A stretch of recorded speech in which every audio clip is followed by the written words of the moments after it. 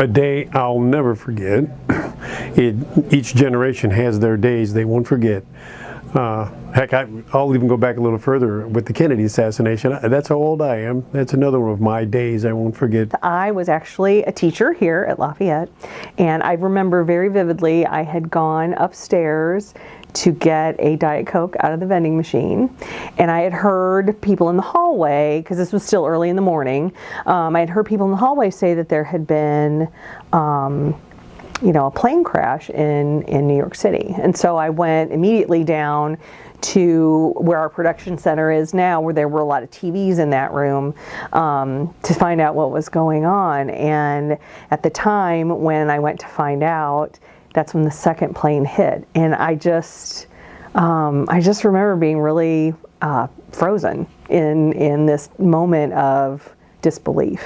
We went down to the production center to look and see what was going on, and he had video of it from the Today Show on live. And as we were down there is when the second plane hit as we were watching. And so it was a lot of confusion, a lot of emotion. And I was about 6 weeks into my teaching career, and I was teaching a drafting 1 class in my classroom, and the person that taught next to me opened up the door, this kind of connecting door in our classrooms, and said, "Hey, turn on your television."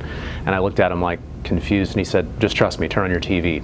And I turned on my TV, and I saw the smoke coming out of the first tower. We were en route to a teacher conference in Jeff City that our principal sent us to, and we heard it on the radio. We heard, as we drove, we heard how one tower came down, and then we heard how the second tower came down. And we got to the conference and we were just in shock. Teaching that day stopped. It was more about conversations and trying to understand as adults and as the kids what was going on that day. People came together, people of all religions, races. There was a lot of caring for one another.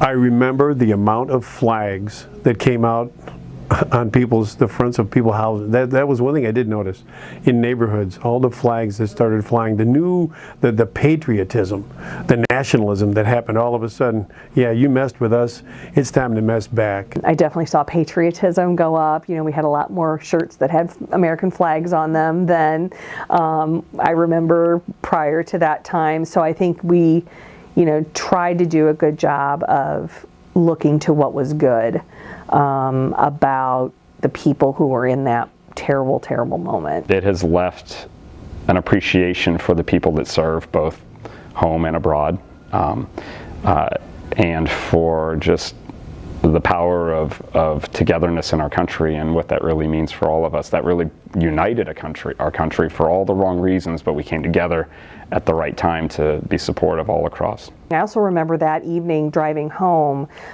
people were panicking and lining up at gas stations because people thought we were going to run out of gas and not be able to drive our cars. And I remember also the sky being so clear of the trails from airplanes, because usually you'll see that when you look up in the sky.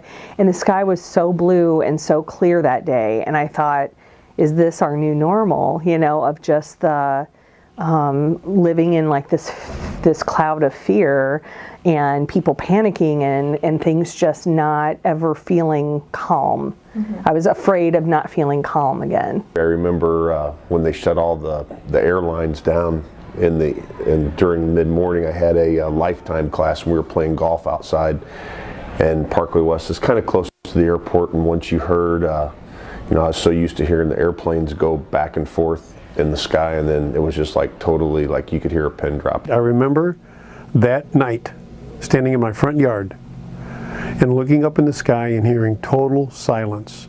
Every single plane in the country was grounded, and I just won't forget that.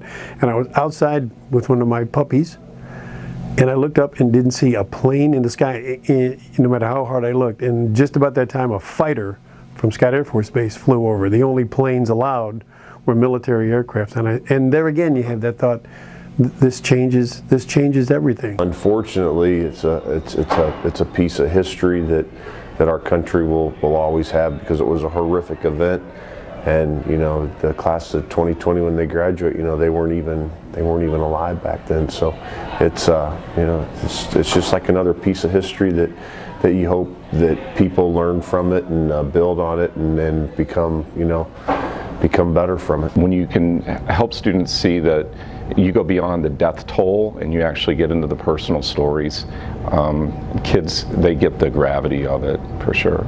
I think it is our job as everybody that experienced that to never forget what it felt like that day. I think it's important for each generation's parents to talk about it, or we forget.